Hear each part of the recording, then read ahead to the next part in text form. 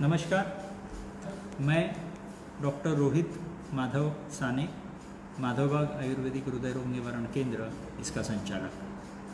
आज इस जीवन अमृत पेज पे हम लाइव जा रहे हैं, जिसमें हृदय थ्रू हम लोग हार्ट डिसीज़ फ्री इंडिया के बारे में बात करने वाले हैं।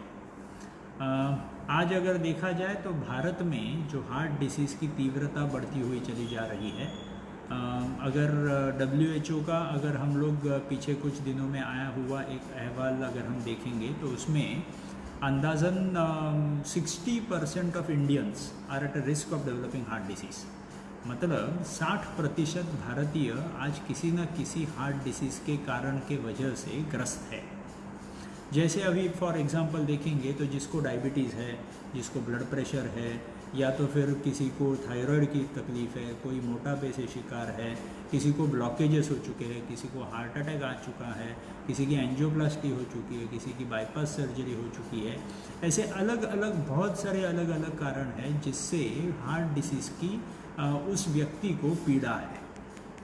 अब वो पीड़ा उसमें होने के कारण वो व्यक्ति अपनी क्वालिटी ऑफ लाइफ और क्वांटिटी ऑफ लाइफ, ये दोनों को बहुत प्रॉब्लम में जीता रहता है। उसके क्वालिटी ऑफ लाइफ थोड़ा सा कम हो जाने की वजह से that person is not able to enjoy his life. अब माधवबाग का टारगेट क्लियर है कि हमको पूरे भारत को हार्ट डिसीज़ फ्री करवाना है।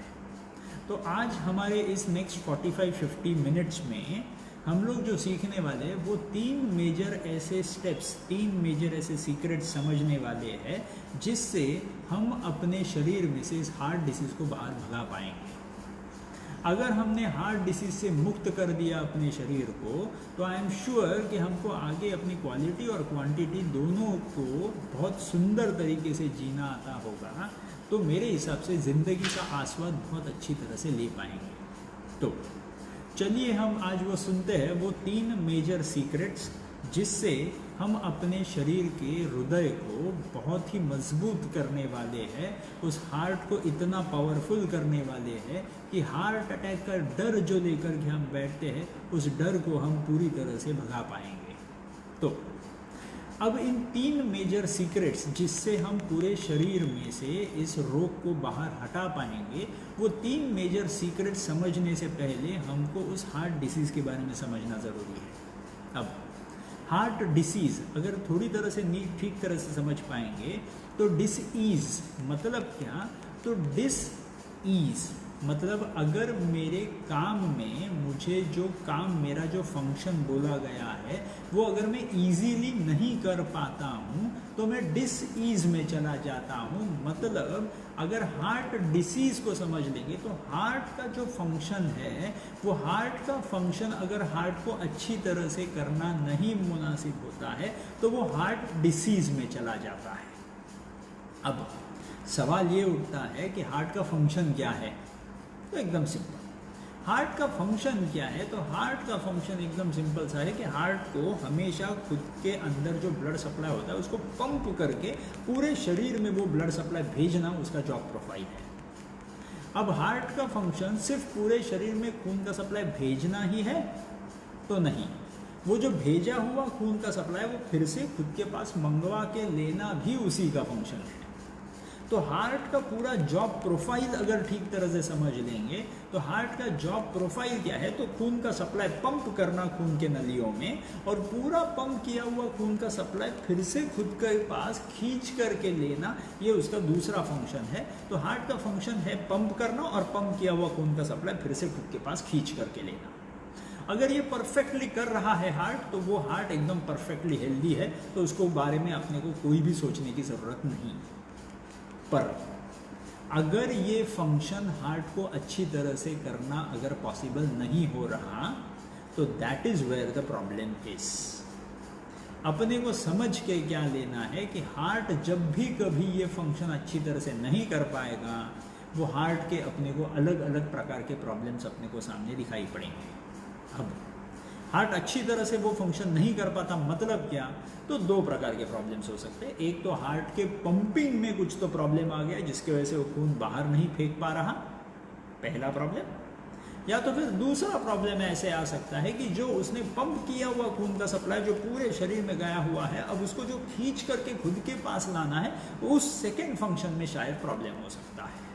तो ये दो प्रकार के प्रॉब्लम अगर वो जाता है उस प्रॉब्लम में से, तो उस दोनों प्रॉब्लम्स को संभालना, उन दोनों प्रॉब्लम्स को रेक्टिफाई करना, ये किसी भी वैद्य या किसी भी डॉक्टर का काम होगा। तो what are we suppose to understand कि ये हार्ट को अगर हम मजबूत करा दे तो ये दोनों फंक्शंस उसके अगर नॉर्मल हो जाते हैं तो अपने प्रॉब्लम्स गायब। अब मैं जानता हूँ कि अभी के इस वेबिनार में, अभी के इस लाइव सेशन में कई सारे ऐसे लोग जुड़ते रहेंगे जिनको हार्ट डिसीज़ ऑलरेडी हो चुका है, या तो फिर उनको अभी हार्ट डिसीज़ के एंजियोग्राफी करने को बोली हुई है, या एंजियोग्राफी कर चुके हैं, उसमें ब्लॉकेजेस दिखाई पड़े हैं, या तो फिर कई सारे लोग ऐसे होंगे जो डायबिटिक है, हाइपरटेंसिव है, जिनका ब्लड प्रेशर बढ़ा हुआ रहता है, या तो फिर ब्लड प्रेशर की गोलियां खा रहे हैं, या तो फिर कई बार उनको डायबिटीज़ की गोलियां खा रहे हैं। ऐसे बहुत सारे अलग अलग पेशेंट्स, अलग अलग लोग अभी अपना पूरा का पूरा ये लाइव सेशन सुन रहे होंगे।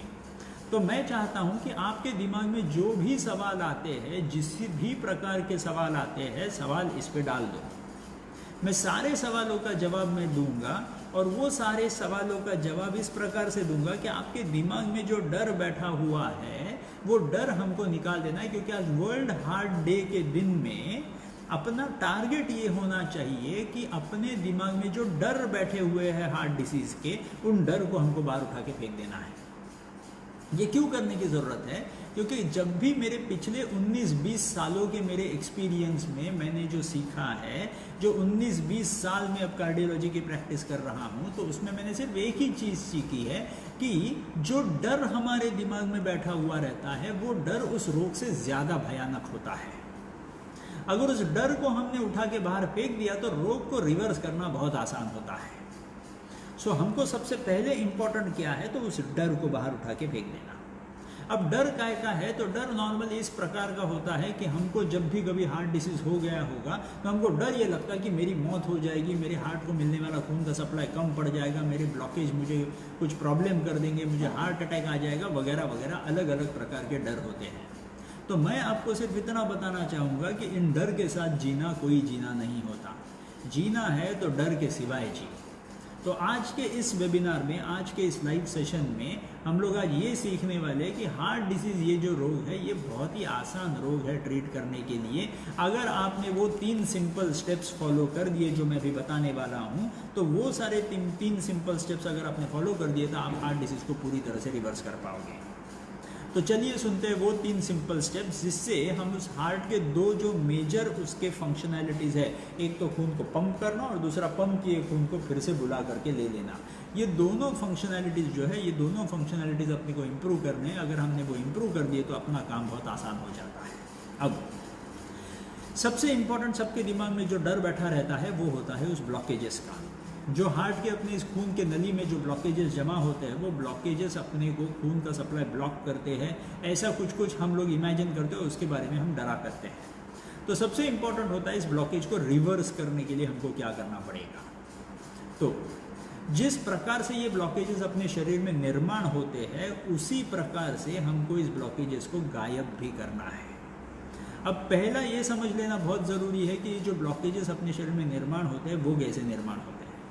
तो ऑब्वियस सिंपल सी बात है कि जब हम छोटे थे, जब हम जस्ट पैदा हुए थे, जब हम लोग हमारे एडोलेसेंस लाइफ में थे, तब अपने को ब्लॉकेजेस थे क्या अपने शरीर में?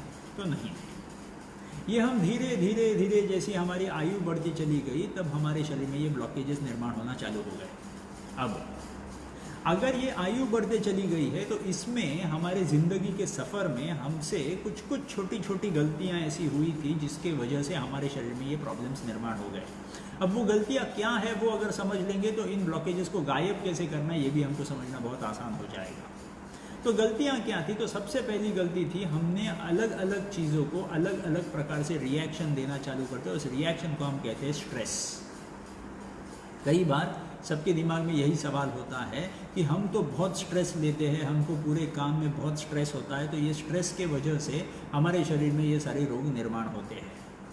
अब ये समझ लेना बहुत ज़रूरी है, स्ट्रेस का मतलब क्या होता है। तो किसी भी चीज़ को मैंने दी हुई reaction, is going to decide कि मैं स्ट्रेस लेता हूँ या नहीं। एक एग्जाम्पल ले लेते हैं। फॉर एग्जाम्पल समझो अगर मेरे सामने बहुत बड़ा काम कोई आकर के रुका हुआ है और उस काम को मुझे अगर अच्छे मुकाम पर लेकर के जाना है, तो वो काम अगर मेरी एबिलिटी अच्छी रही तो वो काम मैं चटके में ख़त्म कर सकता हूँ। लेकिन समझो अगर मेरे पास वो एबिलिटी नहीं है उस काम को पूरा करने के लिए, तो उसी काम को पूरा करने के लिए मुझे बहुत ढेर सारी मेहनत करनी पड़ती है, और वो ढेर सारी मेहनत अगर करनी पड़ती है तो उसका स्ट्रेस मेरे शरीर में निर्माण होता है। तो स्ट्रेस का मतलब क्या होता है? तो स्ट्रेस का मतलब मेरे दिमाग में यहाँ पे ग्लैंड होती है जिसको नाम कहते हैं एमिगडाला। तो ये स्ट्रेस कैसे निर्माण होता है? तो मेरे शरीर में एक आधी चीज़ अगर मैं स्ट्रेस ले लेता हूँ, टेंशन ले लेता हूँ, मैं चिड़चिड़ करना चालू कर देता हूँ, तो मेरे शरीर में ऐसे हार्मोन्स तैयार हो जाते हैं जिसको बोला जाता है एड्रेनलिन, नॉरएड्रेनलिन। अब ये करते क्या है? ये हार्मोन्स मेरे शरीर में आने के बाद हमारी खून की नली जो होती है, उस खून की नली के अंदर की लाइनिंग होती है जिसको हम कहते हैं एंडोथीलियम। अब इस अंदर की खून की लाइनिंग जिसको एंडोथीलियम बोलते हैं, ये एंडोथीलियम जब तक पावरफुल है, जब तक परफेक्ट है, मेरे शरीर में कोई ब्लॉकेज निर्माण हो ही नहीं सकते। तो अगर मेरे शरीर में जो खून की नलियां हैं, वो खून के नली के अंदर की लाइनिंग जिसको एंडोथीलियम कहते हैं, वो एंडोथीलियम अगर एकदम परफेक्टली हेल्दी है तो मेरे शरीर में ब्लॉकेजेस बन ही नहीं सकते, मुझे हार्ट अटैक आ ही नहीं सकता। लेकिन अगर मैंने किसी कारण से इस एंडोथीलियम को, इस खून के नली के अंदर की लाइनिंग को, जिसको हम एंडोथीलियम बोलते हैं, इस एंडोथीलियम को अगर हमने डैमेज कर दिया तो समझ जाओ कि मुझे हार्ट अटैक आ सकता है। अब सवाल ये उठता है कि इस एंडोथीलियम को डैमेज हम कैसे करते हैं? तो जैसे अभी मैंने बताया कि स्ट्रेस जो हम लेते हैं, वो स्ट्रेस लेने की वजह से हम जब चिड़चिड़ करते हैं, हम जो चिल्लाना चालू कर देते हैं, हम अननेसेसरी स्ट्रेस में चले जाते हैं, तो हमारे शरीर में ऐसे हार्मोन तैयार हो जाते हैं जिसको एड्रेनलिन, नॉरएड्रेनलिन कहते हैं, जिनका काम होता है उस खून के नली के अंदर की लाइनिंग जिसको एंडोथीलियम कहते हैं उसको टॉर्चर करना, उसको डिस्ट्रॉय करना। और वो जैसे ही खून के नली के अंदर की लाइनिंग डिस्ट्रॉय हो जाती है, हमारी खून की नली स्टिफ हो जाती है, अकड़ जाती है, वो खून की नली हमारी कॉन्स्ट्रिक्ट हो जाती है, जिसके वजह से आगे जाने वाला खून का सप्लाई ये रुक जाता है। जैसे ही आगे जाने वाला खून का सप्लाई रुक जाता है, हार्ट को मिलने वाला खून का सप्लाई कम पड़ गया, तो वहाँ पे प्रॉब्लम्स आ जाते हैं। तो सबसे पहली चीज़ अपने को समझ लेनी, ये स्ट्रेस जो हमारे दिमाग में निर्माण हुआ है, उस स्ट्रेस के खिलाफ अगर हमको कुछ करना है तो सिंपल सी चीज़ अपने को समझ लेनी है। The best thing to fight against stress is going to be रोज सुबह नाश्ते से पहले आधा घंटा कसरत। एक सिंपल सी स्टेप है, दैट इज़ योर एक्सरसाइज। अगर आप एक्सरसाइज अच्छी तरह से कर दोगे, अगर आप पूरी तरह से पूरे शरीर को सुदृढ़ बना दोगे, तो सुदृढ़ बनाने के वजह से वो स्ट्रेस लेने की जो कैपेसिटी होती है अपने शरीर की, वो एकदम तगड़ी हो जाती है। मतलब क्या होता है? तो एक्सरसाइज में 4 अलग अलग प्रकार के हम एक्सरसाइज कर सकते हैं। सबसे पहला जो होता है वो होता है एरोबिक एक्सरसाइज, मतलब कूदना है, चलना है, या तो फिर जॉगिंग है, रनिंग है, स्विमिंग, साइकिलिंग, कोई खेल खेलना है। ऐसे अलग अलग प्रकार के हम एक्सरसाइजेस कर सकते हैं। और वो एक्सरसाइज करने की वजह से, वो एरोबिक एक्सरसाइज करने की वजह से मेरे हार्ट की शक्ति बहुत बढ़ जाती है। मतलब हार्ट अटैक के टाइम जो प्रॉब्लम्स आ सकते हैं, मेरा हार्ट रेट बहुत बढ़ता चला जाता है, उसके खिलाफ मैं अपने हार्ट की पहले से इम्यूनिटी बना करके रखता हूँ। क्योंकि एरोबिक एक्सरसाइज करते वक्त मैं मेरे हार्ट का रेट बढ़ाता हूँ और उस हार्ट को सिखा करके रखता हूँ कि अगर हार्ट अटैक आ गया तो मेरे हार्ट ने उसके खिलाफ लड़ने की शक्ति ऑलरेडी बना करके रखी हुई है। तो the first is going to be aerobic exercise. The second is going to be yoga. अब कई सारे लोग आप में से ऐसे होंगे जो योगासन करते होंगे। तो ये योगासन जितने हम करेंगे उतने हमारे शरीर की फ्लेक्सिबिलिटी जो होती है वो इम्प्रोवाइज होती है। अब फ्लेक्सिबिलिटी जैसे इम्प्रोवाइज होती है, हमारी खून की नलियाँ जो होती है, वो खून की नलियाँ इन मसल्स में बैठी हुई रहती है, वो भी फ्लेक्सिबल हो जाती है। अगर मेरी खून की नलियाँ फ्लेक्सिबल हो गई तो वो एंडोथीलियम कभी रप्चर हो ही नहीं सकता। रप्चर ही नहीं हुआ अगर मेरा एंडोथीलियम, तो ऑब्वियसली मेरे शरीर में हार्ट अटैक आ ही नहीं सकता। तो जितना ज़्यादा हम योगासन करना चालू करेंगे, जितना ज़्यादा हम लोग उसमें टाइम स्पेंड करेंगे, उतना ही मेरे शरीर को उसके फ़ायदे मिलेंगे। सो सेकेंड होता है योगासन। फर्स्ट हुआ एरोबिक एक्सरसाइज, सेकेंड हुआ योगासन। थर्ड सबसे इंपॉर्टेंट चीज़ होती है प्राणायाम। प्राणायाम मतलब क्या? तो अपने प्राण मतलब अपने ब्रीदिंग पे हमको कंट्रोल रखना है, आयाम रखना है। तो ब्रीदिंग पे कंट्रोल रखना है मतलब क्या? तो हम हर मिनट को, जब हम आराम से बैठे हुए रहते हैं, जब आप लोग अभी यहाँ पे बैठे हुए होंगे, तो आप लोग बैठने के टाइम पूरे मिनट में श्वास कितने लेते हैं? तो टोटल 16 सांस हम हर मिनट को लिया करते हैं, 16 ब्रेथ्स पर मिनट। हर मिनट को हम 16 सांस लेते हैं। अब 16 सांसें जो हम लोग हर मिनट को लेंगे, समझो हम टेंशन में चले जाते हैं, स्ट्रेस में चले जाते हैं, चिड़चिड़ करना चालू कर देते हैं, तो हमारी सांसों की गति बढ़नी चालू हो जाती है। अब सांसों की गति अगर बढ़नी चालू हो गई तो उस सांसों के गति से जुड़ा हुआ होता है हार्ट के रेट की गति। सो हार्ट के बीट्स की जो गति है वो सांसों के बीट से जुड़ी हुई रहती है। मेरी सांसों की गति अगर बढ़ गई तो मेरे हार्ट की गति बढ़ जाएगी, and both heart and the lungs will get into a problem. So हमको बहुत अच्छी तरह से समझ लेने की ज़रूरत है कि प्राणायाम जब हम करेंगे तो प्राणायाम के वजह से हम अपने शरीर को इतना मजबूत करेंगे, हम अपने फेफड़ों को इतना पावरफुल करेंगे कि ये पूरा प्रॉब्लम हम गायब कर सकते हैं अगर हम ये पूरा प्राणायाम करना चालू कर दें।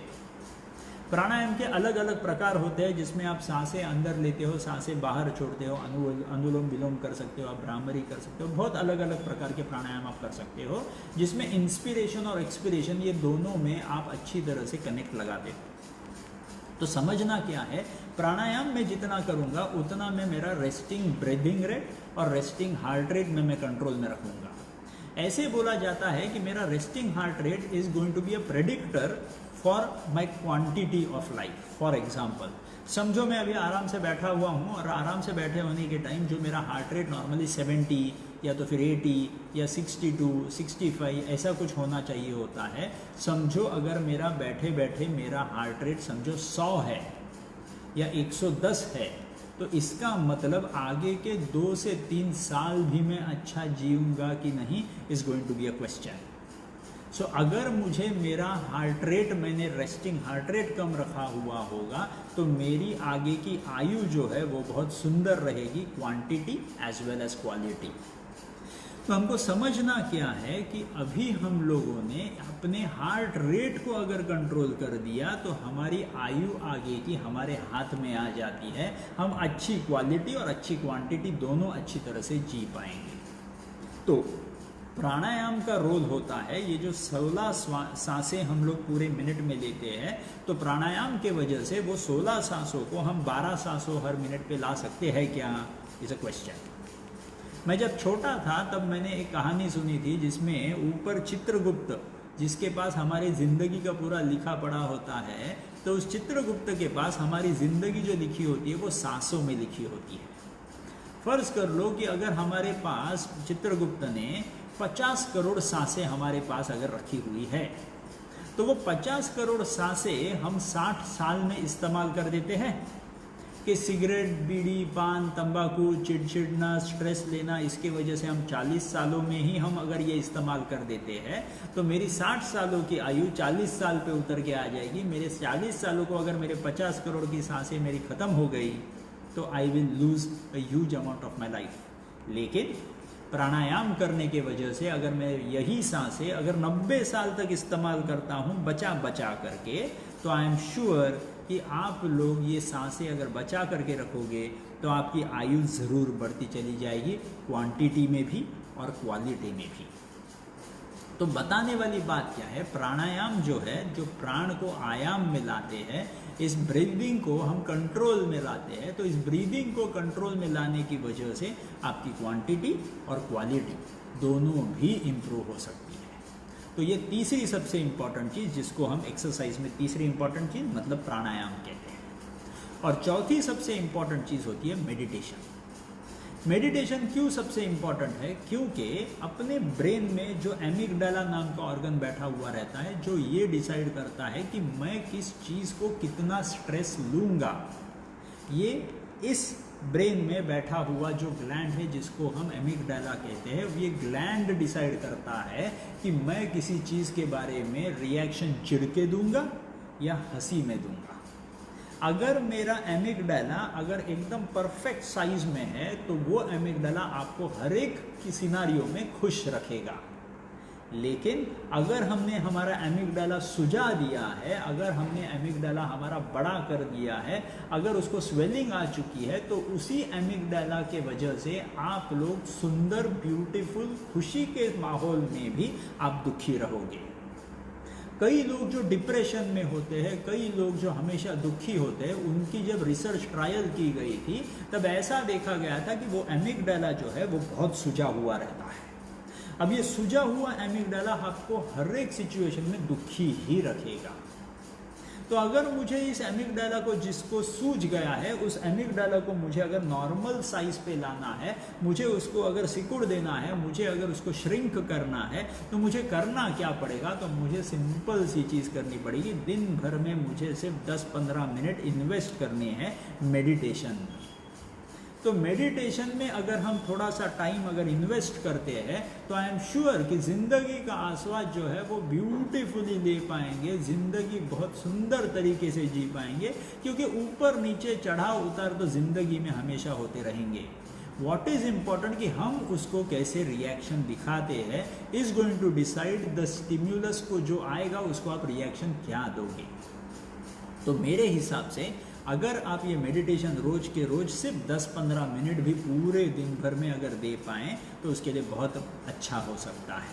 अब सवाल ये उठता है कि मेडिटेशन जो हम करेंगे वो मेडिटेशन करना है, मतलब क्या करना है? तो बहुत सिंपल सी चीज़ है। सिर्फ आंखें बंद करके आइदर आप centre in of the forehead पे कॉन्सेंट्रेट करना चालू कर दो, 1-1 मिनट का भी अगर 15 राउंड्स आप कर दो, दैट इज़ इनफ। एक ये, या तो फिर आंखें बंद करके पूरे बॉडी को स्कैन करना चालू कर दो कि मेरी आँखें कैसे दिखती है, मेरे बाल कैसे दिखते हैं, मेरा फोरहेड कैसे दिखता है, मेरा नाक कैसे दिखता है।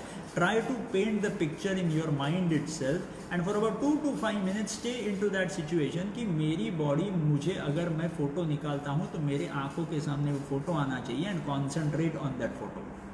इतना भी सिंपल सी चीज़ कर दो तो वो ब्रेन जो होता है वो उस थॉट में चला जाता है। वो थॉट में चला जाने की वजह से उस एमिगडाला को रेस्ट मिलती है, जिसके वजह से उसकी सूजन कम हो जाती है। अगर 2-3 महीने भी आप अगर ये करना चालू कर दो, दिन के 10-15 मिनट सिर्फ इन्वेस्ट करने हैं, 2-3 महीनों के लिए करने हैं, 2-3 महीनों में you will find a drastic difference कि आज जिस चीज़ पे आप चिड़चिड़ किया करते हो, जिस चीज़ पे आप गुस्सा किया करते हो, उसी चीज़ पर आगे जा कर के 2-3 महीनों में आपका गुस्सा निकल जाएगा and you will be able to enjoy your life.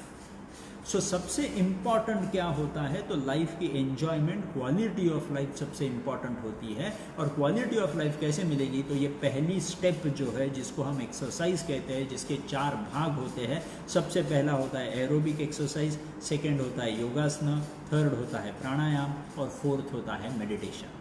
ये 4 चीज़ें अगर हम करेंगे तो ये 4 चीज़ें आपको इतना सुखी बना देंगे कि आपको किसी डॉक्टर की दुनिया भर में ज़िंदगी भर कोई ज़रूरत नहीं पड़ेगी। क्योंकि डॉक्टर की ज़रूरत तभी पड़ती है कि जब हमको किसी प्रकार से वेदना होती है, रोग होता है, तभी डॉक्टर की ज़रूरत पड़ती है। एक सुखी व्यक्ति, एक स्वस्थ व्यक्ति ऐसा होता है जिसको कभी डॉक्टर की ज़रूरत ही नहीं पड़ती। तो सिंपल सी बात है, अगर ये फर्स्ट स्टेप अगर आप अच्छी तरह से रोज़ बरोज करना चालू कर दें तो आपको आगे जा कर के डॉक्टर की ज़रूरत कभी नहीं पड़ेगी। ये पहला स्टेप था एक्सरसाइज। अब दूसरा स्टेप बहुत इम्पॉर्टेंट होता है, जो हमको सुनना थोड़ा सा कभी कभी आसान या अच्छा नहीं लगता है, और वो होता है आपका डाइट। क्योंकि अगर आप देखा जाए तो समझो, फॉर एग्जांपल हम एक एग्जांपल ले लेते हैं। फॉर एग्जांपल समझो मैंने आज एक पेट्रोल पे चलने वाली गाड़ी अगर मैंने खरीद ली है, और इस पेट्रोल के गाड़ी में अगर समझो मैंने रोज डीजल डालना चालू कर दिया, तो क्या ये गाड़ी अच्छी तरह से चलेगी? Obviously not. तो इस पेट्रोल की गाड़ी, जो कंपनी ने हमको बोला हुआ है कि ये पेट्रोल की गाड़ी में पेट्रोल ही डालना चाहिए, मतलब जो फ्यूल हम इस गाड़ी में डालेंगे उस फ्यूल पे ये डिसाइड होने वाला है कि हमारी गाड़ी अच्छी तरह से चलेगी कि नहीं। तो उस फ्यूल पे कंसंट्रेट करना बहुत ज़रूरी है। वैसे ही उस कंपनी ने इस मशीन को जो बनाया हुआ है, ये जो गाड़ी बना करके हमारे हाथ में दे करके रखी हुई है, यह गाड़ी का एक्चुअल फ्यूल क्या है ये समझना बहुत ज़रूरी है। तो ये फ्यूल जो हम लोग अंदर डालेंगे, जिस फ्यूल के वजह से ये गाड़ी अपनी चलती है, उस फ्यूल को अगर 100% हमने अच्छा कर दिया तो ये गाड़ी भी 100 साल चलेगी। इसको किसी भी प्रकार से सर्विसिंग की ज़रूरत नहीं पड़ेगी, इसको किसी भी प्रकार से कोई रोक टोक करने की ज़रूरत नहीं पड़ेगी अगर हमने अच्छा फ्यूल इस गाड़ी में डालना चालू कर दिया तो कंपनी ने बोला हुआ इस गाड़ी का फ्यूल कौन सा है वो हमको आज समझ के लेना है, which is the second step. अब बुरा फ्यूल कौन सा है वो समझ के ले लेंगे, मतलब अच्छा फ्यूल कौन सा है वो समझना बहुत आसान हो जाएगा। तो अपने खाने में 5 ऐसी चीज़ें होती है जो हमारी सबसे बुरी दुश्मन है। इन सबसे बुरे दुश्मन को अगर हमने अपने शरीर में से हटा दिया तो आई एम श्योर कि किसी को भी अपने इस गाड़ी की सर्विसिंग भी कराने की ज़रूरत नहीं पड़ेगी, इतनी मजबूत हो जाएगी ये गाड़ी। तो वो 5 चीज़ें जो हम लोग खाने में गलतियां करते हैं, उन 5 चीज़ों के बारे में आज हम समझ के लेंगे। तो सबसे पहली चीज़ हमारे खाने में जो हम गलती करते हैं वो होता है, हमारे खाने में हम जो नॉर्मली शक्कर का इस्तेमाल करते हैं, ये शक्कर हमारे मानव जाति की सबसे भयंकर बड़ी दुश्मन है। अगर आप कभी भी सोच लो तो कोई भी प्राणी हो, समझो कोई कुत्ता है, समझो शेर है, समझो हाथी है, जिराफ है, कोई भी प्राणी हो इस दुनिया में, कोई भी प्राणी जो जंगल में रहता है उसको कभी भी शक्कर नहीं मिलती है खाने को। और उन प्राणियों को जैसे ही शक्कर मिलती नहीं है खाने में, वो किसी भी खाने में शक्कर का उपयोग नहीं करते हैं, तो उनको कभी भी डॉक्टर की ज़रूरत नहीं पड़ती है। जस्ट इमेजिन कि इतना बड़ा जंगल होता है और जंगल में एक भी डॉक्टर नहीं होता, क्योंकि उन प्राणियों को उस डॉक्टर की ज़रूरत ही नहीं पड़ती। सवाल उठना चाहिए कि प्राणियों को डॉक्टर की ज़रूरत क्यों नहीं पड़ती, जंगल वाले। अब जो हमारे पालतू जानवर होते हैं उनको डॉक्टर की ज़रूरत पड़ती है, क्योंकि हम उनको ज़बरदस्ती ये 5 चीज़ें खिलाते हैं और 5 चीज़ें खिला करके हम उनमें रोग निर्माण कर देते हैं। वही प्राणी जो जंगल में रहते हैं उनको कभी डॉक्टर की ज़रूरत नहीं पड़ती है। फ़र्क ठीक तरह से समझ लेना चाहिए। तो सबसे आपका बुरा का बुरा दुश्मन जो है वो है आपकी शक्कर। उस शक्कर से अगर आप दूर रहोगे तो आपको फिर से जन्म भर में कभी चिंता करने की ज़रूरत नहीं पड़ेगी। अब शक्कर इतनी बुरी है, मतलब क्या है, तो ठीक तरह से समझ लेने की ज़रूरत है। शक्कर ऐसी चीज़ है जो अपने शरीर में ग्लूकोज का लेवल इतना बढ़ा देती है कि यही ग्लूकोज हमारे खून के नली के अंदर की लाइनिंग, जिसको हम एंडोथीलियम बोलते हैं, उसको डैमेज कर देता है। अब जैसे ही ये खून के नली के अंदर की लाइनिंग, जिसको हम एंडोथीलियम बोलते हैं, उसको ग्लूकोज ने डैमेज कर दिया, तो उस जो डैमेज की हुई खून की नली है, उस डैमेज मतलब उस खून के नली में गड्ढे निर्माण हो जाते हैं इस शक्कर की वजह से। अब होता क्या है कि जैसे ही शक्कर ने इस खून के नली के अंदर डैमेज कर दिया, गड्ढे बना दिए, तो इन गड्ढों को भरने का काम, इन गड्ढों को रिपेयर करने का काम किसका होता है, तो हमारे शरीर में एक सीमेंट नामक चीज़ बनती है जिसको हम नॉर्मल भाषा में बोलते हैं कोलेस्ट्रॉल। तो कई लोगों को सवाल होता है कि मैं तो कोलेस्ट्रॉल मेरा इतना बढ़ा कैसे है, मैं कोलेस्ट्रॉल इतना बढ़ता है तो मैंने कुछ तो दवाइयाँ लेने की ज़रूरत है। तो कृपया एक दोस्त के नाते मैं बताना चाहूँगा कि अगर आपका कोलेस्ट्रॉल बढ़ता है तो कोलेस्ट्रॉल किसी रोग के वजह से नहीं बढ़ा है। कोलेस्ट्रॉल आप रोज बरोज शक्कर खा रहे हैं, शक्कर होनी चाहिए 250। नाही इकडे चालू आहे स्कॅनिंग फॉर वाईफाई। कोलेस्ट्रॉल ये आला, सॉरी फॉर द इंटरप्शन। लेकिन इस कोलेस्ट्रॉल का छोटा भाई जो है वो है ट्राइग्लिसराइड। ये ट्राइग्लिसराइड भी बढ़ना, कोलेस्ट्रॉल भी बढ़ना, ये सारी चीज़ें हमारे शरीर में प्रॉब्लम दिखाती है।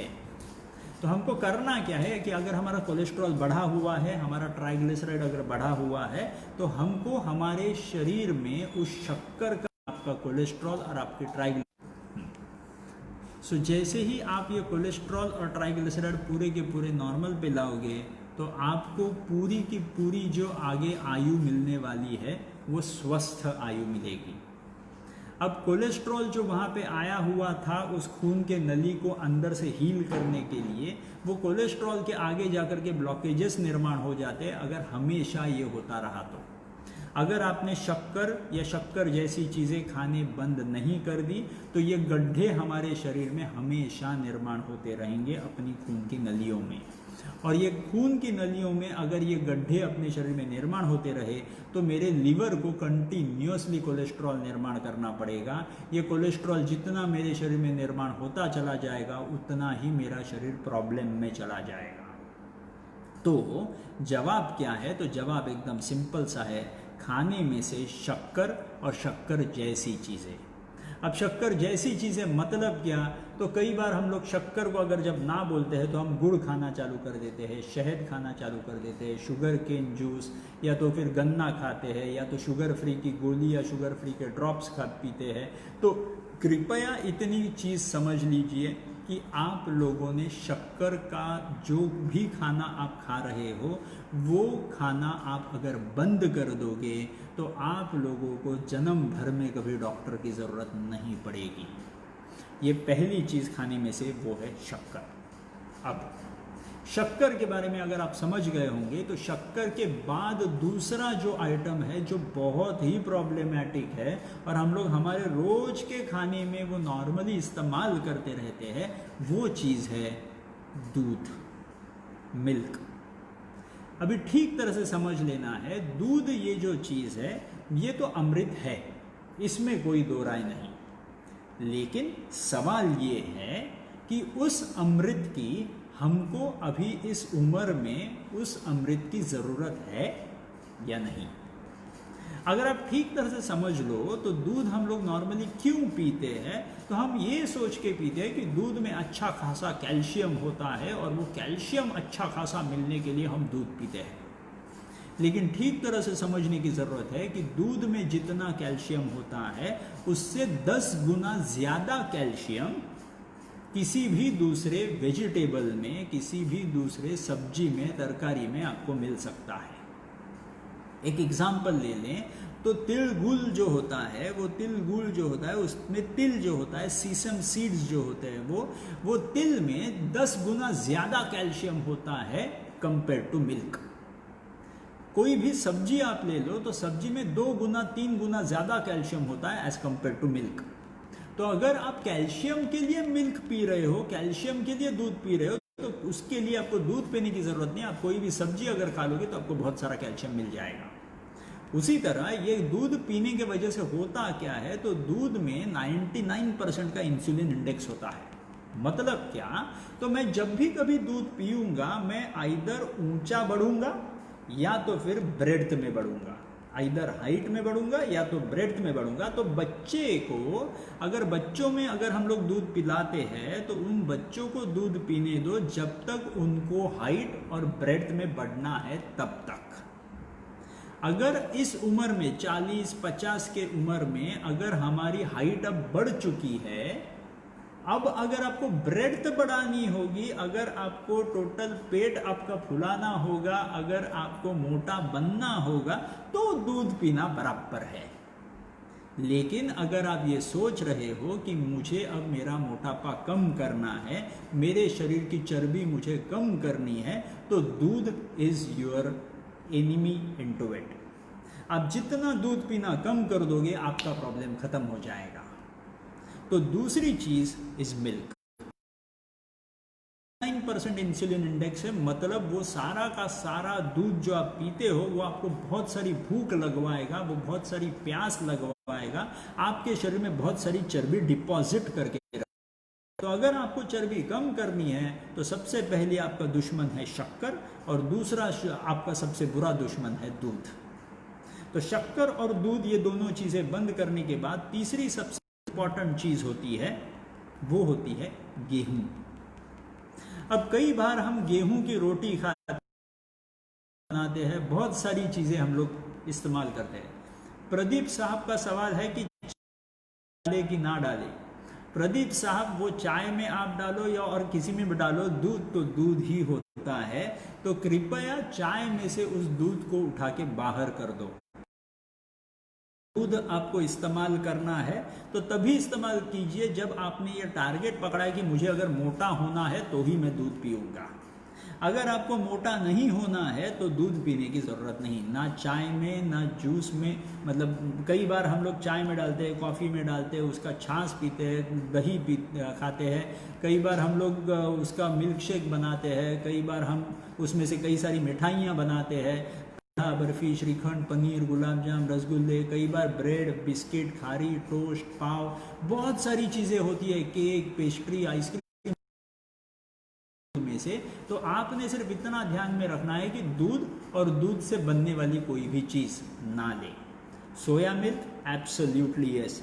सुशील साहब, soya milk can be an option for the milk, लेकिन इतना सिर्फ ध्यान में ले ले कि अगर हम पीते हैं तो उसके एक स्पेसिफिक कैलोरीज होते हैं। तो अगर आप ऐसा कुछ कर रहे हो जिससे आप समझो किसी प्रकार का खाना आप कम कर रहे हो और वो खाने का जो कैलोरी लेवल है अगर आपको वो रिप्लेस करना है तो soya milk can be an option. तो soya milk is always better than animal milk, क्योंकि सोया मिल्क जो है ये वेजिटेबल मिल्क है। सोया मिल्क जैसे ही अलग मिल्क होते हैं जिसको क्यूमिन मिल्क कहते हैं, कोकोनट मिल्क कहते हैं, वो भी आप इस्तेमाल कर सकते हो। अगर आप दूध से बहुत प्यार करते हो और दूध आपको पीना ही है तो फिर the option is going to be soya milk, cumin milk, coconut milk, etcetera etcetera. लेकिन अगर आपने ये तय किया है कि मेरे शरीर में मुझे कोई भी प्रॉब्लम होने नहीं देना है, मुझे मेरा शरीर पूरा का पूरा साफ रखना है, तो दूध इज योर एजेंट। आप उस दूध को खत्म कर दो, बाहर निकाल दो, आपके शरीर में से बाहर निकाल दो, आपके डाइट चार्ट से बाहर निकाल दो, आपका काम बहुत आसान हो जाएगा। तो तीसरी चीज जैसे मैंने बताया कि गेहूं से बहुत सारे प्रॉब्लम्स निर्माण होते हैं। जो शुरुआत में 1960 से पहले जो गेहूं निर्माण हुआ करता था वो जेनेटिकली मॉडिफाइड नहीं था। धीरे धीरे जैसे साइंस आगे बढ़ना चालू हो गया, हुआ क्या कि उस गेहूं की प्रोडक्टिविटी बढ़ने के लिए, उसको इन्फेक्शंस कम होने के लिए जब हम गेहूं का बीज लगाते हैं, वो बीज जो होता है वो फिलहाल जेनेटिकली मॉडिफाइड होता है ज़्यादा प्रोडक्टिविटी देने के लिए, एज वेल एज वहाँ पे वो इन्फेक्शन ज़्यादा ना होने के लिए वो गेहूं को थोड़ा सा जेनेटिकली मॉडिफाई कर दिया जाता है। और जेनेटिकली मॉडिफाइड गेहूं हम लोग जो नॉर्मली खाते हैं, वो गेहूं नॉर्मली उसमें एक ऐसा प्रोटीन होता है जिसको ग्लूटेन कहते हैं, और वो ग्लूटेन बढ़ जाने की वजह से वो प्रोटीन हमारे शरीर में अलग अलग रिएक्शंस दिखाता है, जिसको हम अंदर इन्फ्लेमेशन कहते हैं। तो ये इन्फ्लेमेशन मेरे शरीर में जैसी हो जाता है, मेरे खून के नली के अंदर की लाइनिंग जो होती है वो डिस्ट्रॉय हो जाती है, और डिस्ट्रॉय हो गई तो फिर से गड्ढे निर्माण होंगे। जैसे शक्कर ने गड्ढे निर्माण किए थे, वैसे ही गेहूं का ये ग्लूटेन नामक प्रोटीन जो है, एफ्लाटॉक्सिन है, ये पूरा अंदर जा करके अपने शरीर में ये गड्ढे बना देता है अपने खून के नली में, और गड्ढे निर्माण हो गए तो अपने कोलेस्ट्रॉल को निर्माण होना पड़ेगा उन गड्ढों को सील करने के लिए। तो कृपा करके ये गेहूं आपके खाने में से कम कर दे। तो अब सवाल कई बार ये उठता है कि हमने अगर गेहूं खाना बंद कर दिया तो हम दूसरा क्या खाएं? तो एकदम सिंपल सी बात है, गेहूं के बजाय आप बहुत सारी अलग अलग चीज़ें खा सकते हो। जैसे गेहूं के बजाय आप जवारी खा सकते हो, बाजरा खा सकते हो, रागी खा सकते हो, आप सोयाबीन का आटा खा सकते हो, आप दाल का आटा खा सकते हो, आप जौ का आटा खा सकते हो, आप ओट्स खा सकते हो, किनोवा खा सकते हो। बहुत सारे अलग अलग धान्य अवेलेबल है जिनको हम अलग अलग प्रकार से उनका आटा बना करके उनकी रोटियां बना करके खा सकते हैं। तो बताने वाली बात ऐसी कि गेहूं आपका दुश्मन है। गेहूं को जितना आप कम कर दोगे उतना आसान रहेगा आपको आगे के लाइफ में क्वालिटी मेंटेन करने के लिए। तो तीसरी सबसे इंपॉर्टेंट चीज़ है गेहूं। चौथी सबसे इंपॉर्टेंट चीज़ जो है वो है चावल। अब चावल में प्रॉब्लम क्या है तो ठीक तरह से समझ लेंगे। चावल दो चार अलग अलग प्रकार के आते हैं। एक सबसे पहला आता है वो व्हाइट राइस होता है, जो हम लोग में बहुत ही बड़ी प्रमाण में हम इस्तेमाल करते हैं।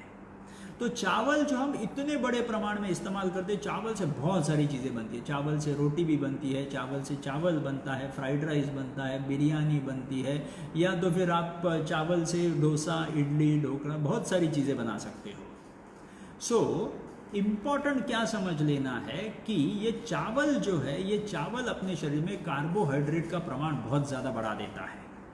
अब ये चावल में दो प्रकार हो सकते हैं कि एक चावल ऐसा होता है जो पॉलिश्ड, नॉर्मली हम लोग वाइट कलर का चावल के लिए हम ज़्यादा पैसे देते हैं, तो वो ज़्यादा पैसे दे करके ज़्यादा रोग खरीद रहे हैं। उसी के टाइम समझो आपने चावल जो है वो होल ग्रेन अगर खाया, उस चावल का जो कवरिंग होता है वो कवरिंग ना निकालते हुए उस चावल को खरीद लिया, तो वो चावल अगर पका के हम खाते हैं तो उससे रोग का प्रमाण बहुत कम हो जाता है। तो सिंपल सी बात समझने क्या है कि आपको आपके शरीर में अगर ये गुठलियां नहीं होने देनी है, अगर आपके शरीर में आपको कोलेस्ट्रॉल के ब्लॉकेज नहीं होने देने हैं, तो ये 4 चीज़ें, सबसे पहला है sugar, second is milk, third is गेहूं और चौथा है चावल। ये 4 चीज़ें अगर आपने हटा दी तो एक काम बहुत आसान हो जाएगा कि आपके शरीर में ब्लॉकेजेस निर्माण ही नहीं होंगे। अब 5वीं जो खाने में चीज़ है वो है नॉर्मली सॉल्ट। कई बार हम लोग नमक का प्रमाण इतना इस्तेमाल करते हैं कि पर कैपिटा नमक हम जो खाते हैं वो दिन भर में 15 ग्राम नमक खाते हैं, जबकि हमारे शरीर को नमक चाहिए कितना होता है, सिर्फ 2 ग्राम पूरे दिन भर में।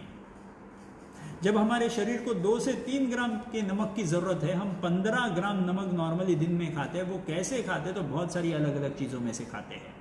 जैसे आपने कोई वेफर खा लिया तो उसमें नमक होता है, बिस्किट खा लिया उसमें नमक होता है, ब्रेड खा लिया उसमें नमक होता है, आपने खाना बना दिया उसमें नमक होता है, आपने समझो चटनी खा ली उसमें नमक होता है, आपने अचार खा लिया उसमें नमक होता है, पापड़ खा लिया उसमें नमक होता है। ऐसे अनगिनत रस्तों में से ये नमक अंदर जाते रहता है और आपके शरीर का क्षरण करते रहता है। अगर आपके शरीर को आपको हट्टा कट्टा रखना है तो इस नमक से दूर रहिए। नमक खाने के टेस्ट के लिए जितना रखता है उतना ज़रूर खाएंगे। 2 से 3 ग्राम नमक पूरे दिन भर में खाने में अगर आप ऐड करते हो तो that will obviously help you. लेकिन उस नमक को अगर हम बढ़ाना चालू कर देंगे तो हमारे शरीर में अलग अलग रोग निर्माण होना चालू जाते हैं, जो रोगों को कंट्रोल करने के लिए आपको डॉक्टरों की ज़रूरत पड़ेगी। तो हमेशा ध्यान में रखिए, अगर आपको डॉक्टर की ज़रूरत नहीं पड़नी चाहिए तो ये 5 चीज़ें खाने में से अगर आप हटा दें तो आपका काम बहुत आसान हो जाएगा। सबसे पहला आता है शक्कर, दूसरा आता है दूध, तीसरा गेहूं, चौथा चावल, 5वां नमक। ये 5 चीज़ें आपकी दुश्मन है, इनको हटा दो तो काम बहुत आसान हो जाएगा।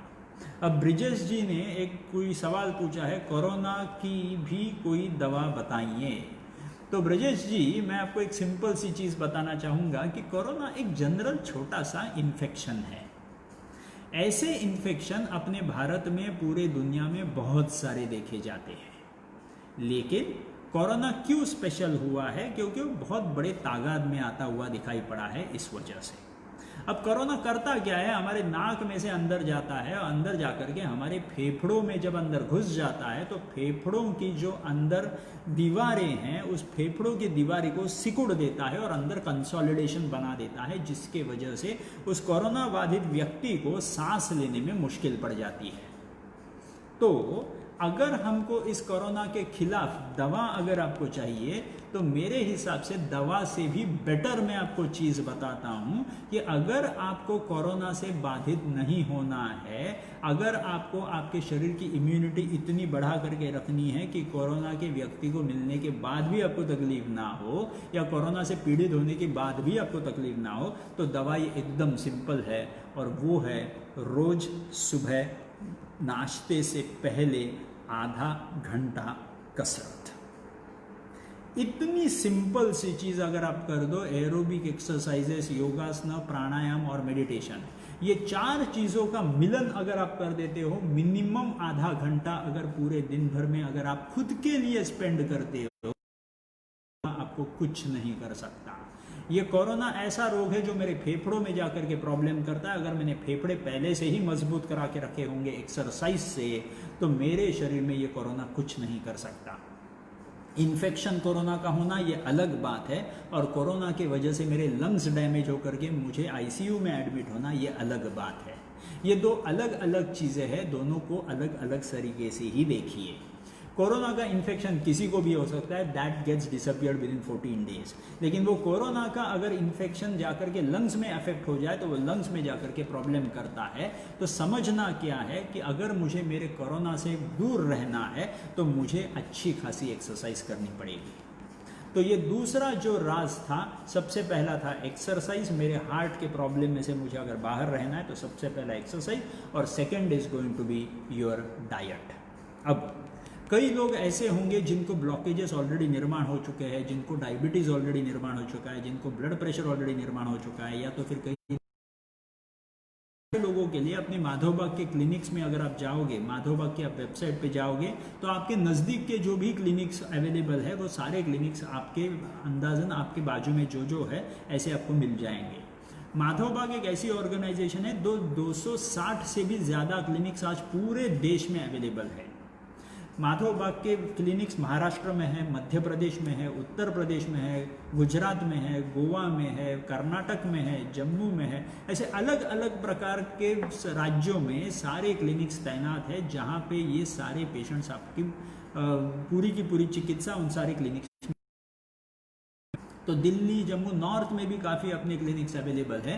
आपने करना क्या है कि आपने, अगर आपको ब्लॉकेजेस है, आपको डायबिटीज़ है, आपको ब्लड प्रेशर है, तो ये सारे रोग आप खुद ब खुद रिवर्स कर सकते हो क्लिनिक में जा कर के। तीसरा स्टेप जो है वो होता है संपूर्ण हृदय शुद्धिकरण थेरेपीज। मतलब आयुर्वेद में 5000 सालों पहले बता के रखा हुआ शास्त्र है कि हृदय रोग है या ब्लॉकेजेस है या एंजियोप्लास्टी, जैसे अभी किसी एंजियोप्लास्टी हुई है तो क्या काळजी क्या करायला लागेल। अगर एंजियोप्लास्टी हो चुकी है तो एंजियोप्लास्टी होने के बाद जो मैंने अभी ये 3 स्टेप बोले, उन्हीं 3 स्टेप को फॉलो करना है तो आपका हार्ट हमेशा के लिए परफेक्ट रहेगा। पहला स्टेप था एक्सरसाइज, सेकेंड स्टेप था डाइट, और थर्ड स्टेप जो मैं बता रहा हूँ संपूर्ण हृदय शुद्धिकरण। तो करना क्या है, तो किसी भी क्लिनिक में जा करके, अपने माधवबाग के किसी भी क्लिनिक में जाओगे तो वहाँ पे संपूर्ण हृदय शुद्धिकरण के चिकित्सा पद्धति होती है। ये चिकित्सा पद्धति में 4 स्टेप होते हैं। सबसे पहला होता है स्नेहन, सेकेंड होता है स्वेदन, थर्ड होता है रुद्धारा और फोर्थ होता है बस्ती। अब ये 4 चीज़ों का ज़रूरत क्या है अपने शरीर को, जिनको ब्लॉकेजेस है, जिनको डायबिटीज़ है, जिनको ब्लड प्रेशर है, ऐसे सारे रोगों के लिए ये चिकित्सा अवेलेबल। अब ये चिकित्सा से होता क्या है, स्नेहन मतलब एक आते हैं जो तेल आपके पूरे शरीर को सेंट्रीपिटल डायरेक्शन में लगाने की वजह से वो पूरा जो ब्लड सप्लाई होता है हार्ट को हम लोग बढ़ा करके दे देते हैं। जैसे हार्ट के पास ये खून का सप्लाई बढ़ जाता है, आपके हार्ट में ताकत आ जाती है, आपके हार्ट मजबूत हो जाता है, काम करने के लिए दुगुना चौगुना एनर्जी लेकर के आप काम कर सकते हो उस स्नेहन की वजह से। स्नेहन जैसी हो जाता है, नेक्स्ट जॉब होता है खून में जो भी कचरा निर्माण हुआ है उस कचरे को अपने को शरीर में से बाहर फेंकना है। और बाहर फेंकने के लिए सबसे बड़ा ऑर्गन अपने शरीर का कौन सा है, तो अपनी त्वचा, अपनी skin. Skin is the largest organ of your body, और उस स्किन में से हम सारी चीजें उठा के बाहर फेंकेंगे आपके पसीने के थ्रू। तो पसीना मतलब क्या, तो वाटर और सॉल्ट। जिस सॉल्ट को हमने खा करके अपने शरीर में छुपा करके रखा हुआ है, उस सॉल्ट को उठा करके बाहर फेंकना बहुत ज़रूरी है। तो ये सेकंड चीज़ जिसको हम स्वेदन कहते हैं, वो स्वेदन पूरे शरीर को अगर हम देते हैं तो पूरे शरीर में से आधे लीटर का अगर सॉल्ट और वाटर का पूरा स्वेट हम निकाल देते हैं तो आपका शरीर एकदम हल्का हो जाता है, हार्ट के ऊपर से लोड निकल जाता है, उस खून के नली के अंदर की लाइनिंग एंडोथीलियम की मजबूती बढ़ जाती है। So that is the second point, that is स्वेदन। थर्ड होता है रुद्धारा। रुद्धारा मतलब अपने शरीर के हृदय की जो पोजीशन है वहां पे हम लोग एक स्पेसिफिक का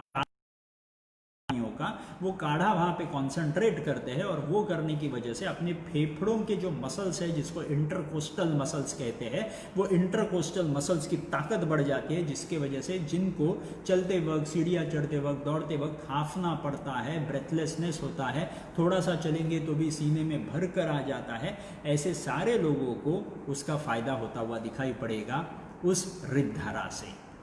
और चौथी सबसे इंपॉर्टेंट स्टेप है बस्ती। बस्ती मतलब आपके एनल कनाल में अंदर डालेंगे और 100 ml दवा हम अंदर छोड़ देंगे, जो दवा आपके पेट के सारे जो खून की नलियां हैं उसमें से धाड़ से एब्जॉर्ब हो जाएगा, और धाड़ से एब्जॉर्ब होकर के 2 से 6 घंटों में आपके हार्ट को खून का सप्लाई जो पहुंचता है उसमें ये दवाइयाँ घुल मिल के आपके हार्ट के पास पहुंच गई तो आपके हार्ट की जो पंपिंग एबिलिटी है, आपके हार्ट की फोर्स ऑफ कॉन्ट्रैक्शन जो है वो ताकतवर हो जाएगी, आपको बहुत फायदा मिलेगा। प्रदीप शाह का कहना है स्वेदन म्हणजे स्टीम बात का। तो स्वेदन मतलब स्टीम बाथ आप बता सकते हो, लेकिन स्टीम बाथ और स्वेदन में फ़र्क ऐसे होता है कि स्वेदन में हम दवाइयाँ इस्तेमाल करते हैं, जिसके वजह से जब ये सॉल्ट बाहर निकलता है, पानी बाहर निकलता है, तो दवाइयाँ अंदर जाती है। दुनिया का नियम है कि गिव एंड टेक का रिलेशनशिप हमेशा रहता है। जब हम सांसें बाहर डालते हैं तो सांसें अंदर भी लेते हैं, जब हम खाना अंदर डालते हैं तो विष्टा हम बाहर भी डालते हैं। तो ये गिव एंड टेक का रिलेशनशिप हम मेंटेन करने की कोशिश करते हैं। स्वेदन में से जब हम ये पूरा दवाई का बाफ आपके शरीर को देंगे तो दवाइयाँ अंदर घुसेंगी, salt and water will be excreted out. So हमको क्लियर समझ लेना है कि पल्लव साहब का कहना है कि breathing and pumping giving us life, absolutely you are absolutely right. Don't cut and run it as knife के नीचे जाने की ज़रूरत नहीं। You are absolutely right Pallav, because ये बहुत इंपॉर्टेंट चीज़ है कि ऑपरेशन की अपने को ज़रूरत ही नहीं पड़ती। ऑपरेशन की नौबत आई है तो कारण सिर्फ एक होगा कि अगर हमने डिसाइड किया है कि हम हमारे शरीर के लिए कुछ नहीं, तो ऑब्वियसली फिर डॉक्टर को कुछ ना कुछ तो करना पड़ेगा। तो एकदम सिंपल सी बात बताना चाहता हूँ कि ये ऑपरेशन है, एंजियोप्लास्टी है, बाईपास सर्जरीज है, ये जब 1990 में भारत में आए हुए हैं तब भारत के हार्ट डिजीज़ का मौत का दर था 15.2%। नॉर्मली एंजियोप्लास्टी और बाईपास सर्जरी का जो इर्जाद हुआ था वो डेथ रेट कम करने के लिए आया था, लेकिन जब 2017 साल में फिर से डेथ रेट देखा गया तो 15.2% जो अपने 1990 के साल में था तो 2017 में वो 28% हो गए। तो इसका मतलब एंजियोप्लास्टी और बाईपास सर्जरी का इर्जाद करने के बावजूद डेथ रेट कम नहीं हुए हैं। तो पल्लव साहब एब्सोल्युटली बराबर हो कि नाइफ के अंदर जाने से किसी भी एंजियोप्लास्टी, किसी भी बाईपास सर्जरी, कोई भी प्रकार से सुलझता नहीं है, प्रॉब्लम उलझता है। सुलझेगा कैसे? तो आपने अगर आपकी लाइफस्टाइल थोड़ी सी मॉडिफाई कर दी तो रोग 100% पीछे चला जाता है। सो सिंपल सी बात समझ लो, ये सारे रोग कंट्रोल करना बहुत आसान है, कोई डरने की ज़रूरत नहीं। नितिन चौरे साहब का सवाल है, शंकर कास्ट भी बता सके तो बेटर होगा। I did not understand this question. Nitin साहब आप फिर से वो क्वेश्चन डाल दोगे तो मेरे लिए समझना वो आसान हो जाएगा।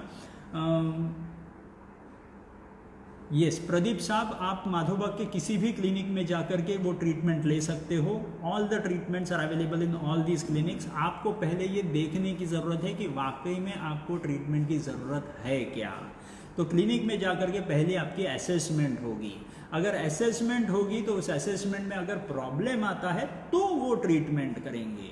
हमेशा ध्यान में रखना, दवाई और डॉक्टर जितना दूर उतना बेहतर। जितना आप दवाई से दूर रहेंगे उतना बेहतर रहेगा, क्योंकि एक बार दवा चालू हो गई तो फिर से उसको कम करना बहुत बड़ा चैलेंज होता है। तो एक दोस्त के नाते बता दूं तो आपको सिर्फ इतना समझ लेना ज़रूरी है कि पहले असेसमेंट कराएंगे। अगर अंदर कुछ रुकावट दिखाई पड़ी, अंदर कोई बाधा दिखाई पड़ी तो उसको ट्रीटमेंट की ज़रूरत पड़ेगी। तो राकेश साहब का सवाल ऐसा है कि what about ghee, is ghee advised for heart patient as per Madhavbaug? 101% yes, आप घी खा सकते हैं, इसमें कोई दो बातें नहीं है। घी में HDL बढ़ाने वाली चीज़ें होती है।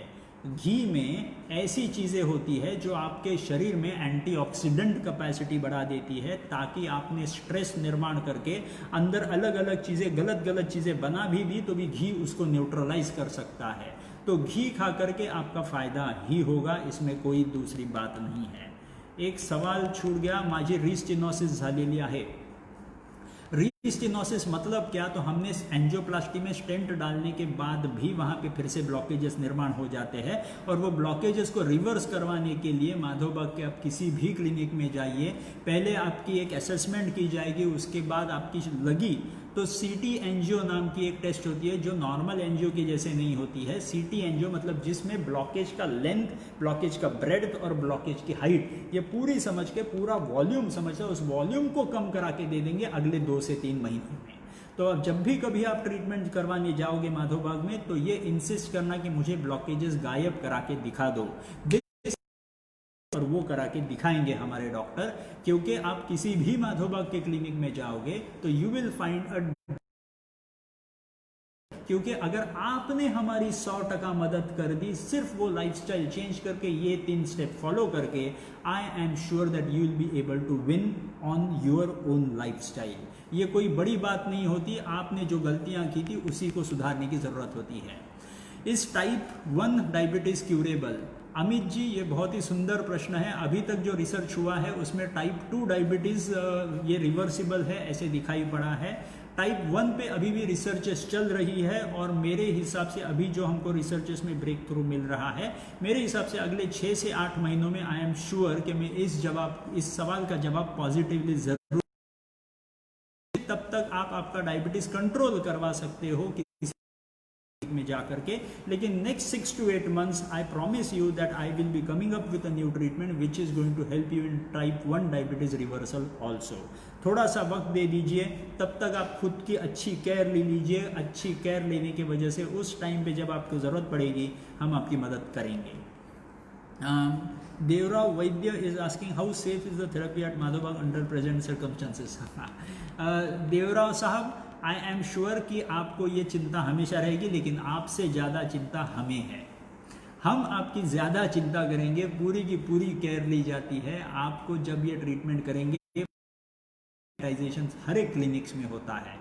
आप जब अंदर आओगे तो पूरा सैनिटाइजेशन होगा, पूरा का पूरा आपका जो बिलोंगिंग्स लाए होंगे उनका भी सैनिटेशन होगा। हमारे सारा स्टाफ जो होता है उस स्टाफ की रेगुलर असेसमेंट होती है। उस स्टाफ के पूरे प्रोटेक्टिव गियर्स जो होते हैं वो हम उनको पहनने देते हैं, क्योंकि आपके जितना ही केयर हम हमारे स्टाफ का भी करते हैं। ना आपको कोई तकलीफ होनी चाहिए, ना हमारे स्टाफ को कोई तकलीफ होनी चाहिए। ये पूरा हम लोग देख करके ही आगे चलते हैं। So you are free to go over there and get yourself treated.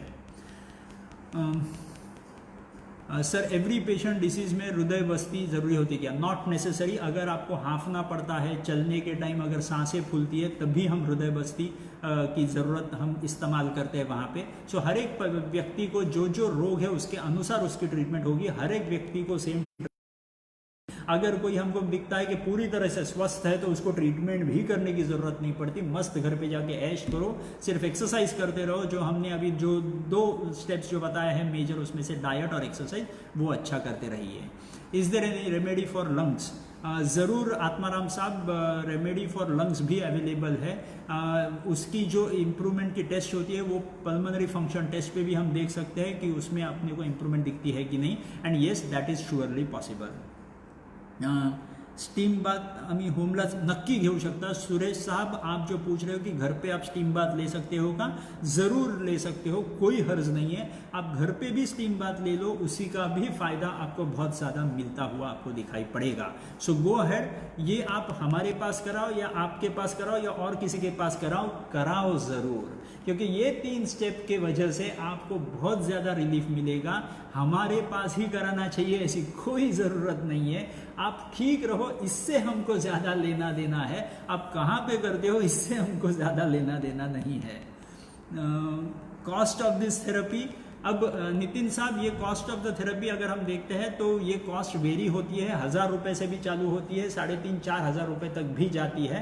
तो ये कॉस्ट वेरी होती है आपके रोग के अनुसार। अगर पूरी तरह से ब्लॉकेजेस निर्माण हो गए हैं तो ब्लॉकेजेस निर्माण होने की वजह से मेरे को जो चिकित्सा करनी पड़ेगी वो एक थेरेपी की कॉस्ट आपको 3-4 हज़ार रुपये मैक्सिमम आएगी। और अगर समझो आपको ज़्यादा तकलीफ अंदर नहीं है तो 1000 रुपये के हिसाब से भी हो सकता है। उसी के साथ समझो डाइट किट अगर हम इस्तेमाल करते हैं तो डाइट किट के भी अलग अलग कॉस्ट है। पूरे महीने भर का खाने का सामान, जिसमें सुबह का नाश्ता, दोपहर का खाना, शाम का नाश्ता, रात का खाना, चाय, soup, everything would be available. पूरे महीने भर का खाने का सामान आपको 6 से 7,500 हज़ार रुपये में पूरा बॉक्स आता है। वही बॉक्स आपने पूरे महीने भर के लिए इस्तेमाल करना है। वो डाइट का बॉक्स, समझो ब्लॉकेजेस है तो रिवर्स नाम का डाइट किट हम इस्तेमाल करेंगे। समझो डायबिटीज़ है तो प्रमेह नाम का डाइट किट इस्तेमाल करेंगे। अगर ब्लड प्रेशर है तो गोबीपी नाम का डाइट किट इस्तेमाल करेंगे। आपको उसके बारे में चिंता करने की ज़रूरत नहीं। So don't worry about it. Go down to your any nearest clinic and get your disease reversed.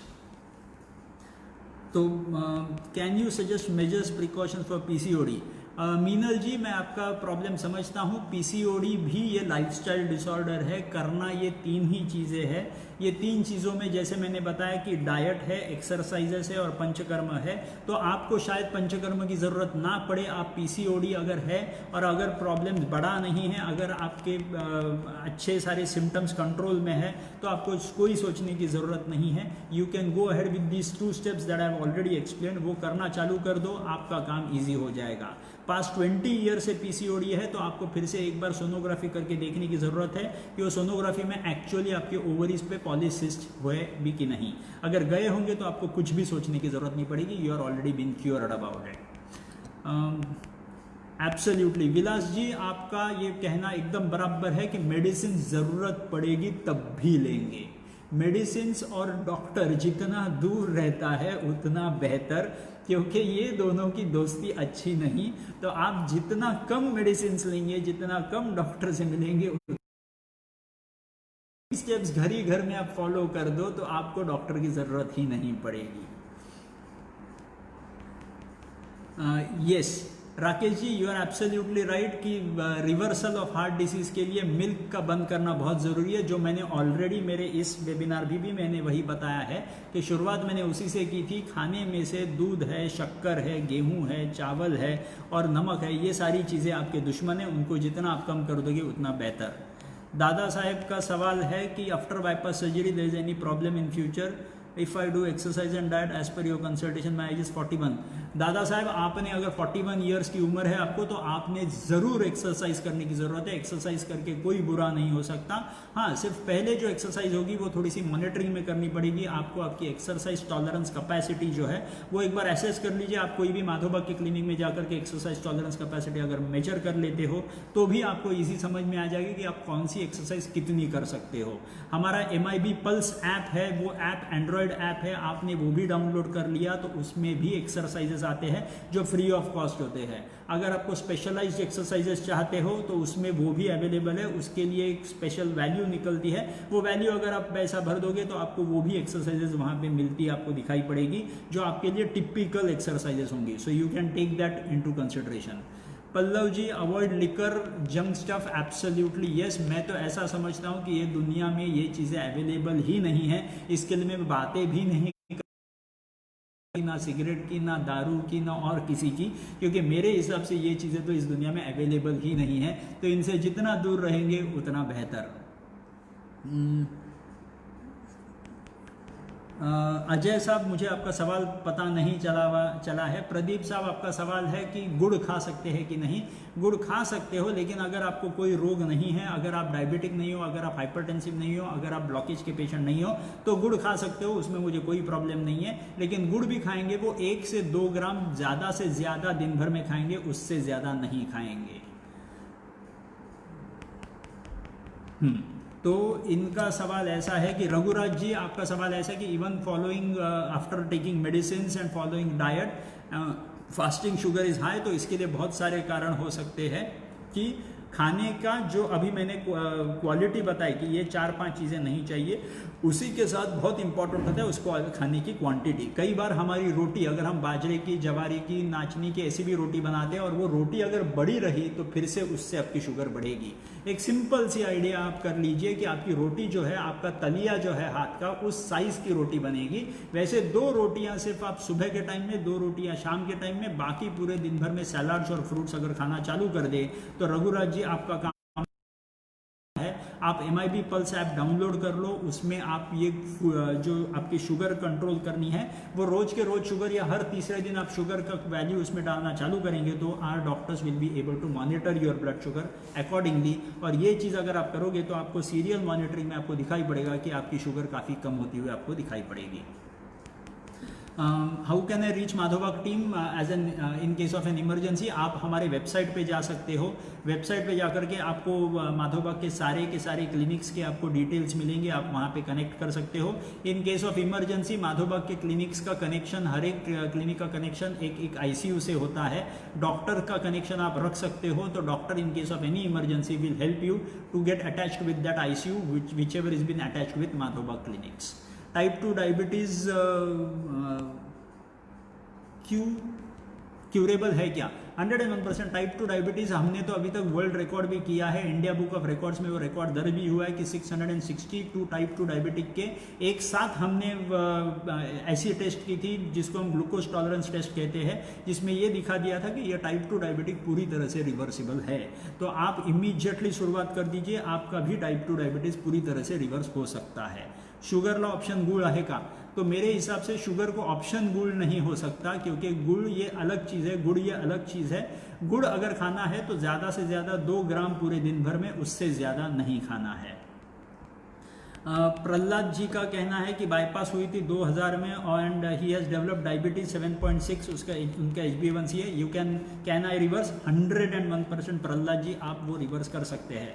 आगे अगर आपका डायबिटीज अभी अभी डेवलप हुआ है तो इमीडिएटली आप किसी भी माधोबा क्लिनिक से जुड़ सकते हो, और जुड़ करके इमीडिएटली आप खुद की चिकित्सा चालू कर दीजिए।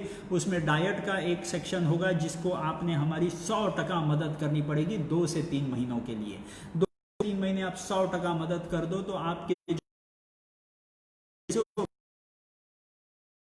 एज वेल एज आपका डायबिटीज जो अभी 7.6 का HbA1c है, 2-3 महीने में आप बता दो कि वो भी 6 के अंदर आ जाएगा, गोलियां बंद करने के बावजूद। So I think these questions are going on increasing, लेकिन वक्त थोड़ा सा कम होने की वजह से I will not be able to take all the questions. Can we manage ILD? Interstitial lung disease, Bhupendra साहब एक समझ लीजिए, इंटरस्टिशियल लंग डिसीज ये एक प्रोग्रेसिव डिसऑर्डर है जो नॉर्मली बढ़ते चला जाता है, जिसमें मेरे फेफड़े जो होते हैं वो पूरी तरह से सख्त हो जाते हैं। इसको क्योर करना थोड़ा सा मुश्किल है, लेकिन रोग को, उसका प्रोग्रेशन रोकना ये पॉसिबल है, तो दैट कैन बी डन, लेकिन रिवर्स करना थोड़ा सा मुश्किल है। अभी उसके ऊपर हमने पूरी तरह से रिसर्च नहीं किया है, इसके वजह से उसके ऊपर कुछ भी कमेंट करना अभी मेरे हिसाब से थोड़ा सा गलत हो सकता है। Preventive measures, absolutely sir. Santosh साहब, आपने अगर मेरा ये सेशन शुरुआत से सुना होगा तो आपको ये समझ में आएगा कि प्रिवेंशन से ही हमने शुरुआत की थी। वो 3 स्टेप्स हमने बताए हैं पूरी तरह से आपका रोग रिवर्स करने के लिए, प्रिवेंट करने के लिए। वो वेबिनार आप फिर से सुन लेंगे, इसी सेशन की शुरुआत से आप सुन लेंगे तो आपको उसके जवाब मिल जाएंगे। 3 steps of reversal heart disease, that milk and its product is not advisable for heart patients. So ghee is okay. Absolutely yes, Rakesh साहब, घी इज ओके। उसका कारण भी मैं बता देता हूं कि दूध में जो नॉर्मली केजिन प्रोटीन होता है, जिस प्रोटीन को शरीर रिएक्शन देता है और रिएक्शन देने की वजह से प्रॉब्लम आता है, और दूसरा प्रॉब्लम होता है दूध का इंसुलिन इंडेक्स जो 99% का है। लेकिन घी जब दूध से ही बना हुआ रहा तो भी घी में ये केजिन प्रोटीन 0% होता है, इसके लिए उसके कोई शरीर में एलर्जी रिएक्शन नहीं होती। दूसरी चीज जो होती है कि दूध में जो 99% इंसुलिन इंडेक्स होता है, घी में 0% का इंसुलिन इंडेक्स होता है। और तीसरी चीज, दूध में जो नॉर्मली 80 ग्राम्स का कार्बोहाइड्रेट होता है 100 ग्राम के दूध में, तो घी में 0% का कार्बोहाइड्रेट होता है, क्योंकि घी जी आप खा सकते हो, लेकिन उसकी भी क्वांटिटी आपने तय करके रखनी है, उससे ज्यादा क्वांटिटी आपने नहीं लेनी है। मीनल जी का फिर से कहना है कि सिस्ट अभी तक ओवरीज में है, unable to weight loss. Don't worry about it Meenal ji, आप किसी भी रेगुलर माधोबाग के क्लिनिक में आपके नजदीक जो है वहां पे जाकर के अपने डॉक्टर से जुड़िए। वो आपको एक टिपिकल डाइट प्लान देंगे, वो आपको एक टिपिकल एक्सरसाइज प्लान देंगे, उसको आपसे उसे फॉलो करना है। वो फॉलो कर दिए तो आपका वेट उतार करके आपका PCOD रिवर्स करने के लिए कोई बड़ी बात नहीं होगी। एंजियोग्राफी हुई है विनय साहब की, ब्लॉकेजेस दिखे हुए हैं, what will you suggest the treatment? Vinay साहब, आपको कोई बड़ी बात नहीं है इसमें। ब्लॉकेजेस जो है उसको आपको रिवर्स करना है, तो रिवर्स करने के लिए आप कोई भी नज़दीक के माधोबाग के क्लिनिक में या हॉस्पिटल में जाकर के जुड़ जाइए। वहाँ पे पहले जाकर के हम एक CT एंजियो नाम की एक टेस्ट करेंगे। वो CT एंजियो आपके ये जो ब्लॉकेजेस के परसेंटेज बोले होंगे, उस परसेंटेज के बजाय हम लोग इस ब्लॉकेज की लेंथ, ब्रेड्थ और हाइट स्टडी करेंगे, मतलब टोटल वॉल्यूम समझ में आएगा। तो इस वॉल्यूम को श्रिंक कराना हमारा जॉब है, उस ब्लॉकेज को छोटा करा के दे देना। पहले 2-3 महीनों में 50-60% ब्लॉकेज उतार के देना। अगर आप 100% हमारी मदद करोगे तो 100% अगर मदद कर दिए तो हमारा काम बहुत आसान हो जाएगा। तो किसी भी लोकल आप विनय जी नजदीक के माधोबाग के क्लिनिक में जाकर के जुड़ जाइए, आपका काम काफी आसान हो जा सकता है। आपको एंजियोप्लास्टी बाईपास की जरूरत भी नहीं पड़ेगी, इतना काम वो जरूर करा के दे देंगे। Woman can be performed in which किसी भी कार्डियक डिसऑर्डर में वमन करवा सकते हो, कोई प्रॉब्लम नहीं, लेकिन वमन करवाते वक्त सिर्फ आपको उसकी थोड़ी सी ज़्यादा केयर लेनी पड़ेगी। वो वमन का वॉल्यूम जो अंदर जाता है फ्लूइड का और बाहर जो आता है उसको मेजर करना पड़ेगा। वो अच्छी तरह से मेजर करते हैं, ECG लगा करके, मॉनिटर लगा करके अगर वमन कराते हैं तो कोई प्रॉब्लम नहीं आएगा। Nand Kumar ji, should I continue my present medicine if I go to your treatment? हाँ, तो नंद कुमार जी एक सिंपल सी बात समझ लीजिए, अभी जो आप एलोपैथी की दवाइयाँ खा रहे हो वो खाते रहिए। जैसे ही हम हमारी ट्रीटमेंट चालू करेंगे आपके पैरामीटर्स नॉर्मल आ जाएंगे। 1.5-2 महीने में आपकी सारी दवाइयाँ जो एलोपैथी की है वो हमारे डॉक्टर्स कम कर देंगे। जैसे ही आपके सारे पैरामीटर्स नॉर्मल पे आते हैं आपको दवा खाने की जरूरत भी नहीं पड़ेगी, ना उनकी ना हमारी। ये काम एक आपने हमारी मदद करनी है, वो 100% मदद कर दोगे तो ये डिसीज रिवर्स करना कोई बड़ी बात नहीं रहती। डायबिटिक पेशेंट्स ने कौन सी रोटी खानी चाहिए? Jowari, bajri, nachni, which have less sugar. You are right. मैं आपको एक सिंपल सी बात बता दूं योगेश साहब, इतना समझ लो कि अगर मैं गेहूं की रोटी खाता हूं तो गेहूं में साधारण 85 की शक्कर आती है। अगर मैं ज्वारी, बाजरी, नाचनी खाता हूं तो उसमें 50 की शुगर होती है। अगर मैं राइस खाता हूं तो उसमें 75 की शुगर होती है। अगर मैं जौ की रोटी खाता हूं तो उसमें सिर्फ 35 की शुगर होती है। अगर मैं वरी के चावल की रोटी खाता हूं तो उसमें सिर्फ 23 की शुगर होती है। तो आप डिसाइड कर लो कौन सी चाहिए आपको रोटी। तो योगेश साहब, आप किसी भी माधोबाग के नज़दीक के क्लिनिक में जा करके माधव शक्ति आटा, ये अगर आप मंगवा लोगे तो उसके ग्लाइसेमिक स्टडीज भी हो चुके हैं। अगर उसके 2 रोटी सुबह में और 2 रोटी शाम को अगर आप खाते हो तो आपकी शुगर बिल्कुल बढ़ेगी नहीं। ये आप कर सकते हो क्योंकि उसके ग्लाइसेमिक इंडेक्स हमने स्टडी करके रखा हुआ है कंटिन्यूस ग्लूकोज मॉनिटरिंग के इन्वेस्टिगेशन पे। तो आप योगेश जी कोई भी लोकल क्लिनिक में, आपके माधोबाग के क्लिनिक में जा करके आप माधव शक्ति आटा आप शुरुआत कर सकते हो। उनका सुरेश जी का कहना है कि 130 किलो उनका वजन है और 1 मिनट भी उभा नहीं रह सकत। सो सुरेश जी, कोई डरने की ज़रूरत नहीं है। आप यहाँ से सिर्फ निर्धार कर दो कि आपको ये 130 का वजन 40-50 किलो भी आप उतार पाओगे अगले 3 से 6 महीनों में। सिर्फ मन से डटे रहिए, हम लोग ये सारा काम कर पाएंगे अगर आपने हमारी 100% मदद कर दी तो। मदद करने के टाइम शुरुआत के 10-15 दिन थोड़े से मुश्किल रहेंगे। जब खाने में हम लोग वो डाइट किट चालू करेंगे आपको, तो शुरुआत में थोड़े से आपको मुश्किलें आएंगी, लेकिन stick to it. Next 3 to 6 months you should be able to reduce about 40 to 50 kgs of your weight. So Suresh ji, all the best. आप इमीडिएटली चालू कर दीजिए, आपको 101% वहाँ पे जाकर के बेनिफिट आपको दिखाई पड़ेगा। आप सिर्फ हमारी मदद 100% कर दो, कंप्लायंस 100% दे देना, आपका काम ईजी हो जाएगा। नरेंद्र साहब पूछ रहे हैं नाचनी खा सकते हैं क्या? ज़रूर खा सकते हैं। अगर आपको डायबिटीज़, ब्लड प्रेशर कुछ भी नहीं है और आप प्रिवेंशन के हिसाब से सोच रहे हो तो नाचनी 101% आप ले सकते हो। Black jaggery in the T आप ले सकते हो क्या? तो गोपाल जी ज़रूर आप ले सकते हो कि जो ब्लैक जैगरी होता है, मतलब instead of black jaggery we can call it kala gur जो होता है, वो काला गुड़ का बहुत ही अच्छे परिणाम दिखाई पड़ते हैं। लेकिन एक दोस्त के नाते फिर से बता दूंगा, 1 से 2 ग्राम से ज़्यादा वो गुड़ नहीं लेना, क्योंकि गुड़ में भी उसके अलग खुद के कार्बोहाइड्रेट्स होते हैं। तो वो जितना कम रखोगे उतना बेटर है।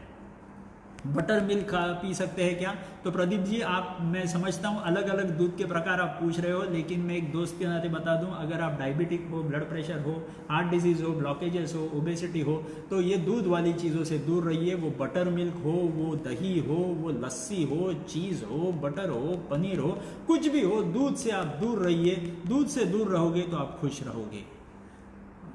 I think I should take this as a last question. Vijay ji का सवाल है, my wife ischemia and diabetic reverse by Madhavbaug treatment after angioplasty. 101% Vijay ji, आपने जैसे ये माधोबाग ने कराया होगा तो भी कराया आपने है। आपके वाइफ को हमने कॉन्ग्रेचुलेशंस कहना है, क्योंकि उनके वजह से ये हो चुका है। हर एक पेशेंट अगर अपनी इच्छा से आगे बढ़ना चालू कर दे तो आई एम श्योर कि हम सब एक साथ आ करके पूरे भारत में से ये रोग को उठा के बाहर फेंक सकते हैं। चाहिए क्या? तो आप लोगों से सिर्फ उतने 2-3 महीने की मदद चाहिए कि उतने 2-3 महीने अगर आप खाने पे कंट्रोल कर दो, एक्सरसाइज करना चालू कर दो, वो संपूर्ण हृदय शुद्धिकरण की थेरेपी शुरुआत कर दो, तो 2-3 महीने में आपके डिसीज को पीछे ला देंगे और फिर आपके हाथ में एक सुदृढ़ शरीर दे देंगे और फिर आगे उसको संभालना होगी आपकी जिम्मेदारी। Cost of CT angiography differs from centre to centre. Normally वो सीटी एंजियोग्राफी के जो रेडियोलॉजी सेंटर्स होते हैं बड़े बड़े अस्पतालों में, वहाँ पे 10-15 हज़ार रुपये की जो साधारण सीटी एंजियोग्राफी होती है, मुझे पूरी तरह से यहाँ नहीं बता सकता क्योंकि बहुत सारे अलग अलग लोगों के पास अलग अलग उसकी कॉस्टिंग होती है। Depression is common. तो सिंपल सी बात समझ लीजिए अनुभव जी कि डॉक्टर साहब इतना समझ लो कि डिप्रेशन इज़ कॉमन। डिप्रेशन के ऊपर का इलाज मैंने जैसी शुरुआत में बता दिया था, वो डिप्रेशन के ऊपर का इलाज है मेडिटेशन। अगर मैं मेरे एमिगडाला जो अभी जो सूजन हुई है उसको अगर मैं श्रिंक करा देता हूँ तो मेरा डिप्रेशन गायब हो जाएगा, मेरा stress. This would be the last question. Sharda Mishra, sir मेरा बाईपास हुआ है, मुंबई के माधवबाग में ट्रीट में रहा था, वेट बढ़ रहा है। तो आपने सिर्फ इतना करना है कि उन डॉक्टर से बात करके अपने डाइट के प्रोग्राम्स पे चालू कर देना है। जैसे ही आप डाइट चालू कर दोगे तो आपको इमीडिएटली वहाँ पे इम्प्रूवमेंट दिखाई पड़ेगी। I am sorry that due to constraint of time I will not be able to take further questions. तो अमर जी का ये लास्ट क्वेश्चन मैं ले लेता हूँ कि टाइप 2 डायबिटिक है and he is consuming metformin since last 7 to 8 years। Amar ji आप किसी भी नज़दीक के माधोबाग के सेंटर में जाकर के जुड़ जाइए, आपको डायबिटीज़ पूरा का पूरा रिवर्स करा के दे देंगे, जिसमें आपकी मेटफॉर्मिन की गोली बंद कराने के बावजूद आपकी शुगर नहीं बढ़ेगी, आपकी HbA1c भी कंट्रोल में रहेगी। आपने सिर्फ वो 2-3 महीने हमको 100% मदद करने हैं और उसके बाद जैसे आपको सिखाया जाता है वैसे ही अगर आप मेंटेन करते रहे तो आपको फिर से डायबिटीज नहीं रहेगा। So thank you very much. मैं आपसे बहुत शुक्रगुजार हूं कि आपने इतना समय देकर के मेरे 2 शब्द सुने। इतना सिर्फ समझ लीजिए कि माधवबाग का मिशन जो है वो एकदम सिंपल सा है कि हमको पूरे भारत को इस हार्ट डिसीज से, इस डायबिटीज़ से, इस हाइपरटेंशन से, इस मोटापे से मुक्त करना है। मुक्त करने के लिए अकेला माधवबाग कुछ नहीं कर सकता, आप लोगों से हमको मदद चाहिए। आप अगर हमारी मदद करेंगे, इस मिशन में अगर जुड़ जाओगे, तभी हम हमारे रिलेटिव्स को, हमारे सगे संबंधियों को हम खुश रख पाएंगे, उनको क्वालिटी और क्वांटिटी ऑफ लाइफ सुंदर तरीके से दे पाएंगे। So thank you very much. मिलेंगे मैं फिर से सारे को मैं थैंक यू बोलना चाहूँगा कि आप लोगों ने ये पूरा मेरा वेबिनार यहाँ पे अरेंज किया। So I am thank you very much and all the best for everybody. Mission याद रखिए कि अपने को अपना भारत 2025 तक हार्ट डिसीज से मुक्त चाहिए। चलिए सारे लोग एक साथ जुड़ जाते हैं और इन सारे रोगों के खिलाफ लड़ना चालू कर देते हैं। 3 ही स्टेप अपने को करने हैं। सबसे पहला होगा आपकी एक्सरसाइज, सेकंड होगा आपका डाइट और थर्ड होगा संपूर्ण हृदय शुद्धिकरण therapies. Thank you very much, all the best, thank you.